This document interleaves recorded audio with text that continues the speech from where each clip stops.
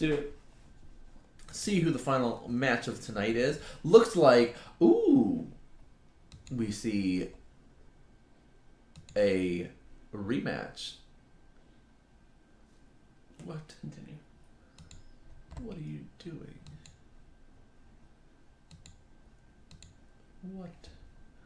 What? So Burn versus Black White Tokens. We saw this a little bit earlier, and you already had the straw poll ready to go. I do. So who are you going for here? Heart or head pick? Let's go with your head pick. Head pick. I'm going to say Josh. Okay. Knowing that he is playing the go wide life gain style, because Ben's also running a little bit more creatures than some of the other burn decks. Mm-hmm. Different than Keenan's, because he is running Nikonals and stuff like that, so he does have more creatures in his list than Keenan. So I think that is going to be a little bit more beneficial for Josh in general. But we'll see. It again is very dependent upon these players' draws. Will Ben keep a one-lander? Will that happen? We should put that on there for season. I was just 4. thinking that. Burn player keeps a one land, or just a player keeps a one lander. What do you think? Which would you prefer? I think it has to be wins with the one-lander. Ah, okay. Yeah, nice. Lay it down for him. Wins with a one lander. Ben with the Bloodstained Mire going to 17 off a Stomping Ground. And shows that the Wild Nacatl needs to be in the burn deck. Needs to be in the burn deck. If you're thinking about taking your Wild Nacatls out, Ben is showing you why, hey, you may want to keep that Wild Nacatl in there. We actually had a discussion with somebody about this last week. We did. So. It's a powerful card. It's a good one. Where's my notes? There it is. Josh playing Shambling Bed, passes back.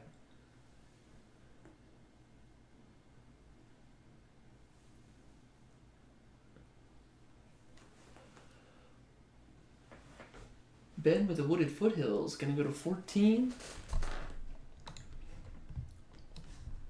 Gets Sacred Foundry.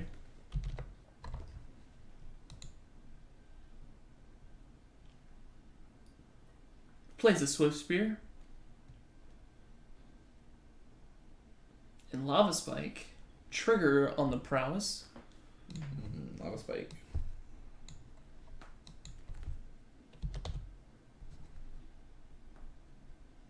Gonna go to 17 off of that Lava Spike. Move to combat. Here is 5 more.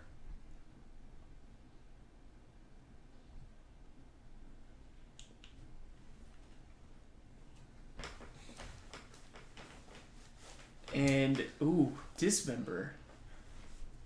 I will lose some more life to take care of that, but Nikonal out of here seems fine. Dropping to 11, though. If he's got the champion, that makes it even better for him. It does. Because then he's got... Yep, hey, he's got protection from red. Right on time. So your Swift Spear that you're going to try to hit me with isn't going to work. Sorry about it. And that Searing Blaze that you're going to try to fling at me, hey, you can't target my creature with that. So that does not meet the requirement for your Searing Blaze. You'd have to target your own creature. Isn't that funny how that works? I don't think Ben's laughing. I would be. Yeah. If I was in Josh's position. Mm-hmm. Sucks that your Searing Blaze has to kill your own guys now. Rift Bolt until I suspended. make all these tokens that you can kill. I guess this is why you don't play Burn Players. Vault of the Archangel. For Josh. Spectral Possession coming out. Sure. I look like I need to gain 3 life. He does. And make it 14 all. keeping that guy back on D seems best bet here. Riftbolt hit you for 3. Hey, I know you just like adjusted your life total, but I'm gonna help you out here.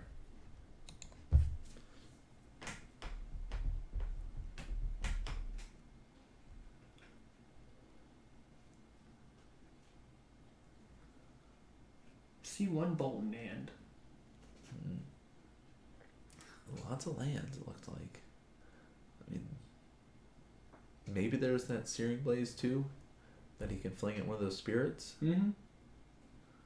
Well, Josh is a nice guy. He said, let me go ahead and create some targets for you. Yeah, it looks like, that's what Searing Blaze, that spirit. Taking you to 8. Nice guy Ben gonna adjust his life. Mm-hmm. Suspend a Riftbolt.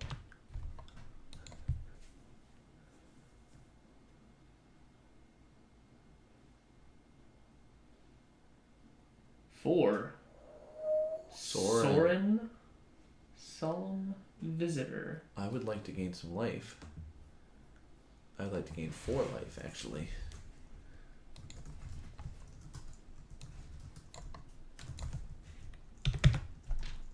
Now it's 10 to 12.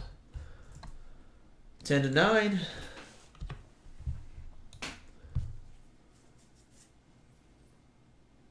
Lightning Bolt you. Lightning Bolt you. What? Wow. Better lucky than good sometimes. I like the white border bolts that Ben is running, though. You would. Huh. Guess you had to have it. That was a close one for game 1, though. But we do know that... Don't forget your subpar. Oh, thank you. We do know that both players' decks do get better post-board. They do. In this matchup in particular. Like, sometimes it's like, oh, this player's deck's just going to get that much better. But both of them actually have beneficial cards they can bring in for this matchup. So, who would you like to... I know how much you like the black-white tokens list. Okay. So I'll let you have Josh. Oh, thanks. So he's got 2 Spellskite, 2 Murderous Cut, 2 Blessed Alliance, 1 Timely Reinforcement, 2 Stony Silence, 2 Rest in Peace, 2 Sundering Growth, 2 Surgical Extractions. So I see the same 5 cards coming in this time around. The 2 Spellskites, 2 Blessed Alliance, and 1 Timely Reinforcements. Like, gain some life, maybe get him to sack some creatures, redirect some spells to Spellskite. It's a decent play overall for how he's going to be doing it. Mm-hmm. So what about Ben? 2 Path to Exile, 3 Destructive Revelry, 2 Grim Lavamancer, 2 Deflecting Palm, 2 Skullcrack, 2 Ensnaring Bridge, and 2 Sunshock. I like at least 2 of your Destructive Revelry. Uh-huh. You know, Ben is familiar with the black-white tokens matchup. So I'm going to assume that he does know that he does need to bring in that enchantment hate just a little bit to protect himself. Let's see. Skullcracks, definitely, I think are good here. And truthfully, I like a 1 of Ensnaring Bridge.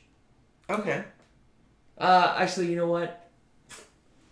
I liked it because of the creatures, but now I'm thinking about it.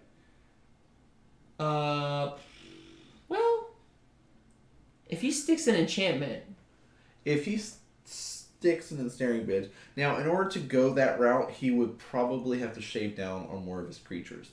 Now, if he's bringing in the Revelries and the Skullcracks, play a slower he game. could go, you know what, I'll play a little bit slower. We can go for that sort of style of play. Yeah. It is a possibility. He's got to be careful, though, because a lot of Josh's stuff are just 1/1s or 2/2s. So until it gets to that stage where he's already dumped his whole hand, the Ensnaring Bridge won't be as beneficial. Definitely more beneficial against like an Eldrazi deck or something like that that's got those 4/4s, the 5/5s, those bigger guys to be scared of. But I think other than that, I mean, I think the burn player just has to play, I gotta kill you as quick as possible. Yes, yeah. You know? So that's why it's hard to say, like, Ensnaring Bridge is not a bad strategy. But it definitely slows you down. Yeah. Bring in the path for that pro-red creature. That is also a good point. You could opt for the Path of Exile because it's got protection from red, so your creatures, except for Nacatl, cannot swing in. And then him gaining life off of all the creatures makes it tough.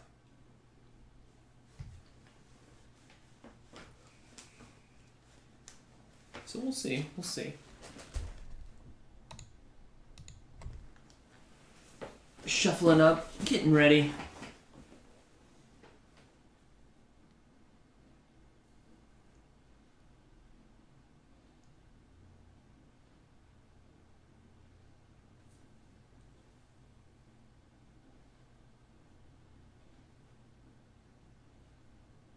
So when we were watching Keenan and Josh's game, you were asking me something about lands. Yes. What were you gonna ask me? Josh's basics are mismatched. Mismatched, you say? Yes. That is, what are your thoughts on that? On mismatched lands? Mm-hmm. Well, you're just trying to put the deck together for the first time. You just grab the lands. You just grab the lands you need. You try and make them... I mean, we don't go Nan Johnson route where we have to, erase the border around our lands to make them white bordered. But hey, that's a thing. It's a thing. Oh, it's a thing because you made it a thing.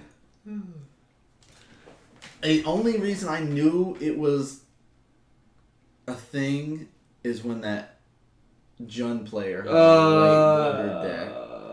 You remember that? Yes. Yes. Why did you remind me of this disgustingness? So, Skullcrack, Atarka's, Boros Charm, Goblet Guide. I like stripping the guide here. Like, it's the only turn one play he has right now. Everything else we'll have to wait on. Oh, God, I just cringed. Oh, the Jund? Yeah, dude. You had forgotten. You'd wiped that from your memory. White bordered Liliana of the Veil. On purpose. On purpose. It was gorgeous. It wasn't. It was not! I believe that's an intangible virtue. Well... Could be Spell Sky. It could be anything. It's pretty shiny. It looks like an intangible virtue. Yeah, when you see it, you're going to understand why the glare's right there. Okay. Mm-hmm.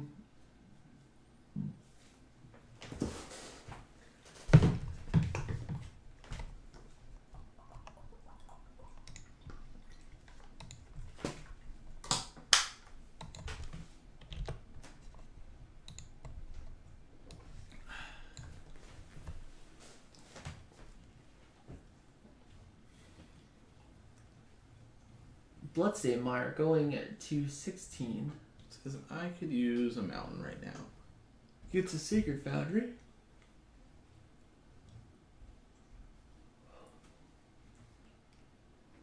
It's gonna pump that Nacatl up. Mm-hmm. Swift Spear. The Nacatl Swift Spear combo. I think we should go to 16 all.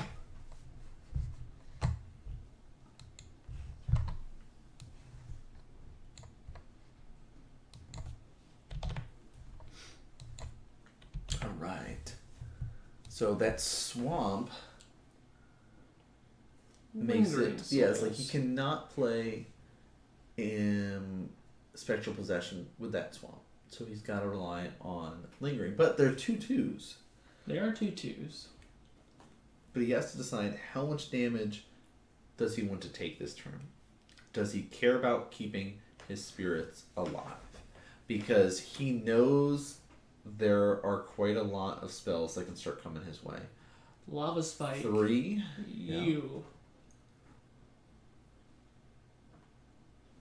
Yeah, Lyle's bringing up that point too. Is remember when his only 1 drop was taken, leaving him with only 2 drops? So that means like Burrow's Charm, Skullcrack, Atarka's Command are still live. And I don't know if Josh wrote those down. I think that he is not as prone to writing down cards currently. And you'll see that too from a lot of newer players as they start getting used to things. And does this extra knowledge of what in my opponent's hand, does that help me? Or am I going to get too sucked into trying to play around stuff that I make bad plays?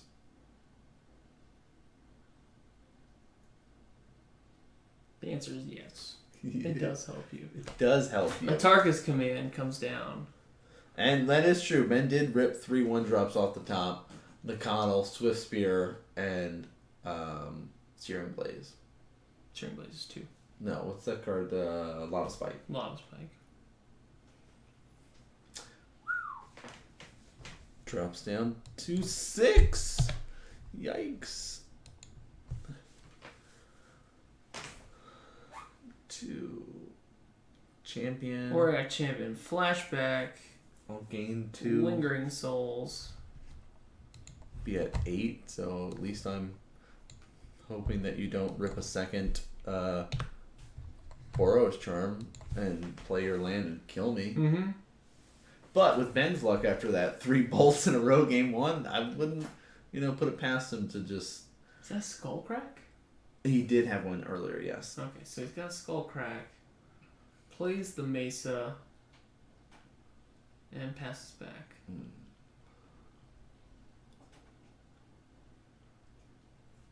I mean, at this point, he can say, if you're not going to play any creatures and gain some life, or if you try to, I'm going to Skullcrack you. A Sorin. That is not a creature. That is not a creature. This makes it tough. Hey, plus up.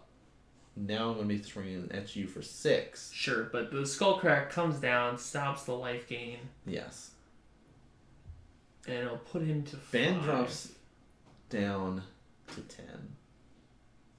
He kind of does this shrug because he has a Boros Charm and another burn spell in hand, I believe. Or is he only down to Boros Charm at that point? I think he's only down to Boros Charm. Okay. But it looks like he drew Nacatl? The wildest of Nacatls.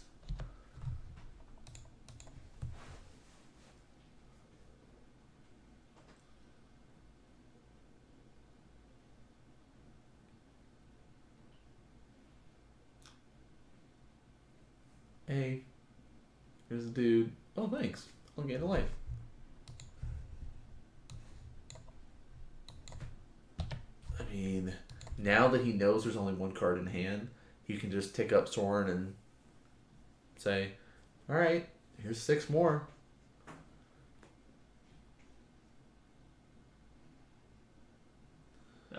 Sorry, it sequences correctly. Yeah.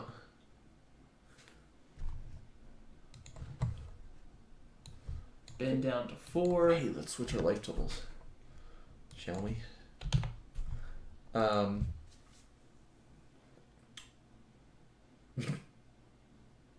He was going to play Timely, but it wouldn't do anything. Timely? No. No. Sorry, just kidding. I can't play Timely, it does nothing. Hey, gaining life is really important when you're playing against Burn. Turns out. Do tell. Okay, so we have another game 3, which means that we get to see their sideboards. Not that. That's not their sideboards. Mm-hmm. Yeah, it is. I'm blind. And we get to tell you what they brought in. Nice. So go ahead and read Josh's. So Josh did the same thing he had done before, guys. 2 Blessed Alliance, 2 Spellskite, 1 Timely Reinforcement. And he's taken out 2 Thoughtseize, 2 Dismembers, and 1 Anguished Unmaking. Seems like a good idea. Seems like he knows his deck and knows what he wants to take out and what he wants in. So on Ben's side, we have 4 Rift Bolt and 1 Monastery Swift Spear coming out. will 3 Destructive Revelry and 2 Skullcrack get the job done? Okay. Which we kind of talked about, maybe, looking back, hindsight's 2020. We have some great knowledge sitting in chat. Lyle mentioning, hey, how about that path? To get rid of that Auriok champion, because it's been every time that Auriok champion has sat on the board for Josh, it has done work. It seals the deal. So potentially having those 2 paths to deal with that. It's not a bad idea there. The big thing is I don't want him to gain life, so I'm going to use the Skullcracks and stuff. And I know he's got enchantment, so I'll bring in the Destructive Revelries. But I think you also made a good point. Is 2 Revelries, 1 path, and the 2 Skullcracks could be good. That doesn't force you to take out anything else, and you can still take out the 5. But I guess he really wants to make sure he has a Revelry available when he needs it. So my biggest thing is since I've been playing Magic more competitively, doing this is kind of understanding more about how sideboarding works. And sideboarding is so important. So normally when you look at a sideboard and you're thinking about, well, man, I'm playing Burn, right? Yeah. Or I'm playing against the black-white tokens list. I know that it runs enchantment removal, but I don't want to sacrifice... I'm sorry, it runs enchantments. I don't want to sacrifice all of my deck for one hitch plan. You want to still keep the consistency of what you have going on of your deck. So he still wants to win quickly. Right. You can't disrupt your normal plan too much. You have to be careful about that. And Ben revealed the path to exile. Josh says, here is my planes. And I will pass turn.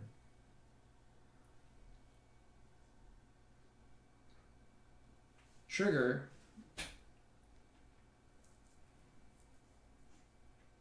What was the trigger? I missed it. He hasn't revealed it. Oh, did he miss it? Is he missing it? Did he forget? Unless you could do a trigger on the stack. He missed it. Correct? He just untapped. Yep, and this is where Eminem says, hey, you have to reveal that. Yeah. I don't know, did Ben say trigger? Was he relying on Josh to remember the trigger? That's what I'm wondering, because it happened combat path. Lingering Souls. Yep. So I'm just wondering, how it worked out with the wording of, because it was in combat, did the players remember to announce the trigger? Or did, Ben say, okay, trigger, combat trigger, oh, path, and then Ben's busy searching, so Josh just forgets. That's the other thing with missing some of the audio stuff. We miss a few of those things. Goblin Guide. Swift Spear. I think it's only when he attacks, so it has to be done. Right, yes. Yeah, yes. It can't be missed. And I don't think it's reliant on the player to announce it either. But here's an Auriok champion.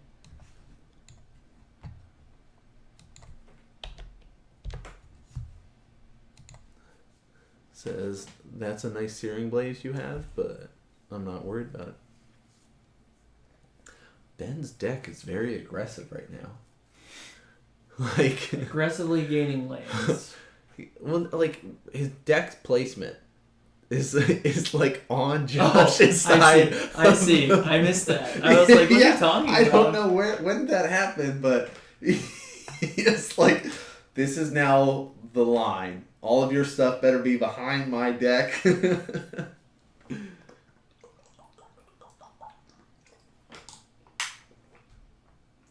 Skullcrack. Alright. Trigger. Doesn't matter. Blocking with that champion. Eats all that. What? No. No. No. Protection from red. Is that a bingo spot? I would like to call Judge. Judge. Plays a second Auriok champion. Oh! I forgot about Skullcrack's other subtext there. Players can't gain life, and damage can't be prevented. Huh. Thanks, Lyle. Keeping us honest. I forgot about that. We always just get so caught up in players can't gain life and forget about how, you actually can't prevent any damage. So your protection that would normally prevent damage doesn't work. It makes sense why he lingered. He's like,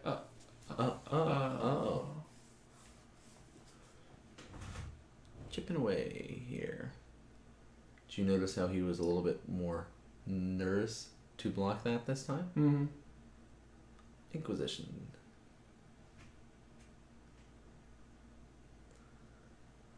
Revelry.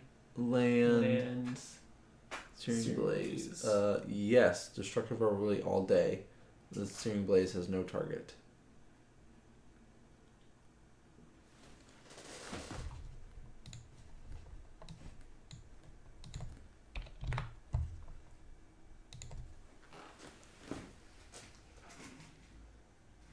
Passes back. I still keep laughing at the deck placement. Josh seems fine with it. He is. I'm not like trying to be mean or anything to Ben about his deck plays. I just think it's very funny because it's clear that like Ben offered his deck to Josh to cut, and Josh just cut it, and then Ben's just like, "Oh, this is where my deck is. This is where it's looking." Here's 2. Gains 2 life. Goes to 15. Lingering Souls. That's now a target for Searing Blaze, though. Ben has drawn lots of lands. Just saying, Searing Blaze got thrown away with Inquisition. He has drawn a lot of lands. And it's game 3 for this match. Intangible Virtue. Now, I will swing 4 at you. And things start swinging the other way. This is where the mid-rangeness of Josh's deck will start to do a little bit better. While Eidolon Great Revel. I'm iffy on that. Like, Josh doesn't have to play any more spells. Like, he could play Sorin, but like he really doesn't have to play anything. Alright, he just took 2 damage to do that. Mm-hmm. Oh, making sure the coast is clear so he can drop down something bigger. But he still lost 2. Because at this point he's got 4 damage constantly swinging in at Ben. Get a life off that creature.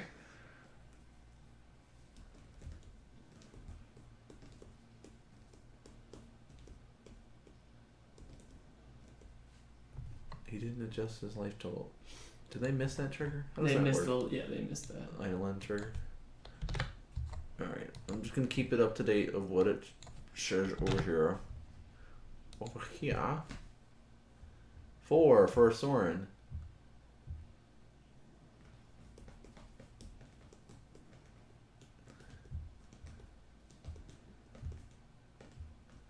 Gideon.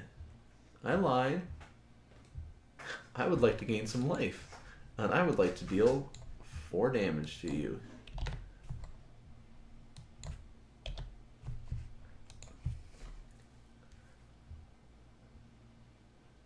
I think at this point, Alt Gideon.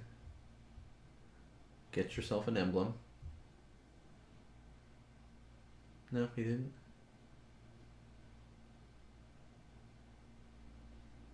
Why not Alt Gideon here? What am I missing? What do you think of Ben not cracking any of his fetches?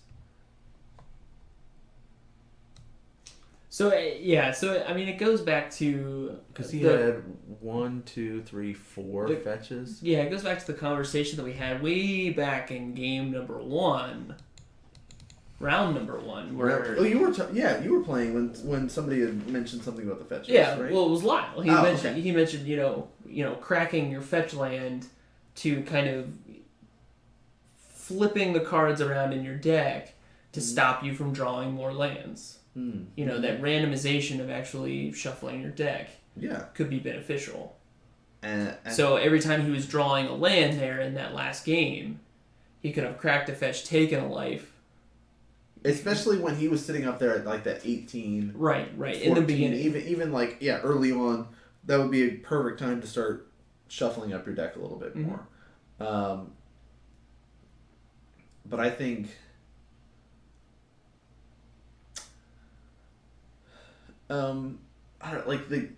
the Eidolon, I don't know if that's gonna help. I think that's gonna hurt Ben more than it's gonna help him in that position here, because you throw down the Eidolon, but you have nothing in your deck that's gonna prevent you from taking damage from Eidolon. Everything in your deck is going to cost 3 or less. Sure. Not necessarily so for Josh. And Josh already has 2 spirits out with Intangible Virtue. He could have just sat there and done nothing and just slowly chipped away. And then worst case, activate one of his Shambling Vents. Gain some life. And gain some life at some point or another. Like, I don't know. I think at that point in time, maybe it's just like, oh, I finally drew something that I can play. I know you have Lingering Souls and you know, all these other 3-cost stuff, Spectral Possessions and your Intangible Virtues and Inquisitions, things like that. But he didn't have to play anything anymore. Sure. Like. And then the stuff that he really wants to play is going to be his Planeswalkers that cost 4. But I think, again, like, shuffling up his deck and doing things like that could have helped him out. You do want some fetches for Searing Blaze and stuff, but you don't need all of them. People talk about the whole randomizing, mixing up your deck. That is a pretty important part of it. So, Ben falls to Black-White Tokens. Black-White Tokens takes out both burn players. Life gain's pretty important in the burn matchup. Yes. Yes, it is. And that style does help out when you're playing those sort of decks, as opposed to the more control-y style where not as relevant. But very cool. Yeah. Very nice to see Josh going out with 12 points. Definitely going to jump him further up in the standings there, which is great. So, do you want to say thank yous? Do you want to do giveaway? Look at our points? Where do you want to start it at? Why don't you give our thank yous a go while we start getting the giveaway started for this fantastic looking sticker. You already have the giveaway ready? Look at this guy. I do. So, as a reminder, guys, all you have to do is be following us here at The Real Nan Man and be present right now to type in the command as I get it ready. And then you could potentially win a sticker. That's it. And kick us off, dude. So, of course, to start it off, as always, big thank you to everybody that has tuned in and watched, whether you're watching us live or watching us from the VODs. We appreciate your support that you guys have been giving us, even just watching, enjoying the stream. Absolutely. We try to make it entertaining and educational for everybody watching at home. We've got our major supporters here, our top patron donations and donors there, consisting of Trip at Comic Kung Fu, where all the filming takes place week in, week out. We've also got our table judge extraordinaire, Dionysus Bacchus, Chris Bennett, Eminem, of course, representing Cork Street Taverns. And then we've got Matthew Manson, able to help support the stream through Patreon, donating at a lower amount each month, so not able to have a logo or anything up on stream, but still, of course, amongst the patron donors there. So we did want to signify him amongst those top couple of people there. We've also got our top stream donations. We do. We've got Drewski Brew, number 1 in our hearts. I love saying that. Right? He is. He is. Atticus, our mystery donor, Tatcher Damas, Lila Goif, Nate Hop 34, Burgleton, Stormdust 07, Badger 934, Strong Smash, and topping it off with Weeaboo Wet Dream. Thank you guys so much. Weeaboo a sticker. I believe. Weren't you did you talk to him or no? It's Julia. Did we give her a sticker? I can't remember at this point in time. You got all the stickers. I've got all the stickers sitting at home, just waiting to give away. That's it. At this point. Stephen Chris. Yo, Drewski Brew. Keep up the good work. Thanks. Thank you so much, dude. Thank you, Drewski. Appreciate that. You're wonderful. So, again, to do the giveaway, all you have to do is type sticker, and that puts you eligible. Have to be following the stream, and we will make sure you guys can get a sticker. We'll do the point standings, talk about that, and then cut off the giveaway. So you have a few minutes to. Sounds good. So here we are. Week number 2 standings. This is what they look like. Your top 8. Mm-hmm. If we cut it off right now, you got John Mox Mathias, TJ Schillenberg, Julia Heath, Lyle Rolfs, Lucas Lees, Keaton McDonald, Jeremy Miller, and Ben Farabee. Did Lucas or Mox play that week? This week? Yeah, I don't remember seeing them. No, they did not. They did not. We discussed that earlier, too. Yeah. So let's see. Do we have our official Week 3 standings? We do, and we're ready to show it. That's the thing. So here we go. Bam! Ooh, Lyle and Boss. Yep. Season 2 champion. Rocking out first place right now, 30 points. Ben at second with 28. Mm-hmm. TJ and Julia sharing third place with 27. Look at that. My boy Keenan with 24, sharing that with Josh Robinson. Oh, Black White Tokens. 24 in the top 8 right now. That's it. Jeremy Miller with 23 and John Mathias at 19. That is your top 8 currently. But not to be remiss with Lucas Lees, Dwayne Hess, and Chris Carrozza all sitting at 18. Right Tim behind. with 16, Jamie with 15, Robert and Michael Maurer with 12, and Brad holding it down at 9. Solid start to season number 3. That's it. Yeah, great way to set things off. 3 weeks in, anything could happen because we have players that might not show up. Some people have a really poor week, so we could have a big fluctuation between our point standings at this point going forward, but almost halfway, right? We're getting closer. We got 3 down. We got we got 2 more for halfway, more. So I guess you're right. We're getting closer to it's halfway. Almost already. halfway. Almost. Plenty of time to come out and play though, because we've seen people come in near the end and just have a great run. So why don't we end our giveaway? See who ends up winning it. Good. Let's see. Let's go. Yo, Biscuit. Charles Biscuit. Congratulations, you win a sticker. You do win a sticker, sir. Now you just gotta come back out and play some of that Grixis Delaware. Mm-hmm. Or that Grixis. Get that Grixis on. So big thank you, of course, to everybody that's tuned in and watch. If you want your chance to win a sticker, be following the stream and hanging out at the end, or if you are able to throw a donation our way, it guarantees yourself a sticker there. Before we do our regular sign-offs, we've got some stuff that we're working on, things that we've got going on, of course. If you like watching us... What do I got? Yeah, what do you got? What do you on? I've got lots. I've got so much going on. I want to hear this. Well, now that the wedding's done, I can actually here we go. finish the Warcraft 3 campaign because I did the human campaign, and I'm about to start the undead campaign. When you say about to, like... well... Because I've been waiting a long time. You see, we also have SCGIQ to do coverage for. So it's finding now the time to do all this stuff during the weekends because apparently there's an event this Saturday. There is. I'm gonna play in now that I can't stream and record games now. If you guys are interested, Comic Kung Fu is putting on a PPTQ this weekend. Be there at 10. Be ready to start drafting your sealed deck because it's sealed Kaladesh at 11. So definitely come on out if you're interested in the limited format. If you're interested in Kaladesh, I will be there. Nan may be there. I'm going to try to be here. He's going to try to be there. But it's Comic Kung Fu in Winchester, Virginia. If you guys are in the area or if you're around the area, be sure to come out, draft some sealed. That's the thing that we wanted to do. now you may proceed with the things that you're doing. Oh yeah, so like I'm gonna start doing some more streaming stuff. Mm-hmm. Holly and I are gonna start doing on Sundays our Armor Krog stuff because again that took a hiatus to get married and stuff. It did.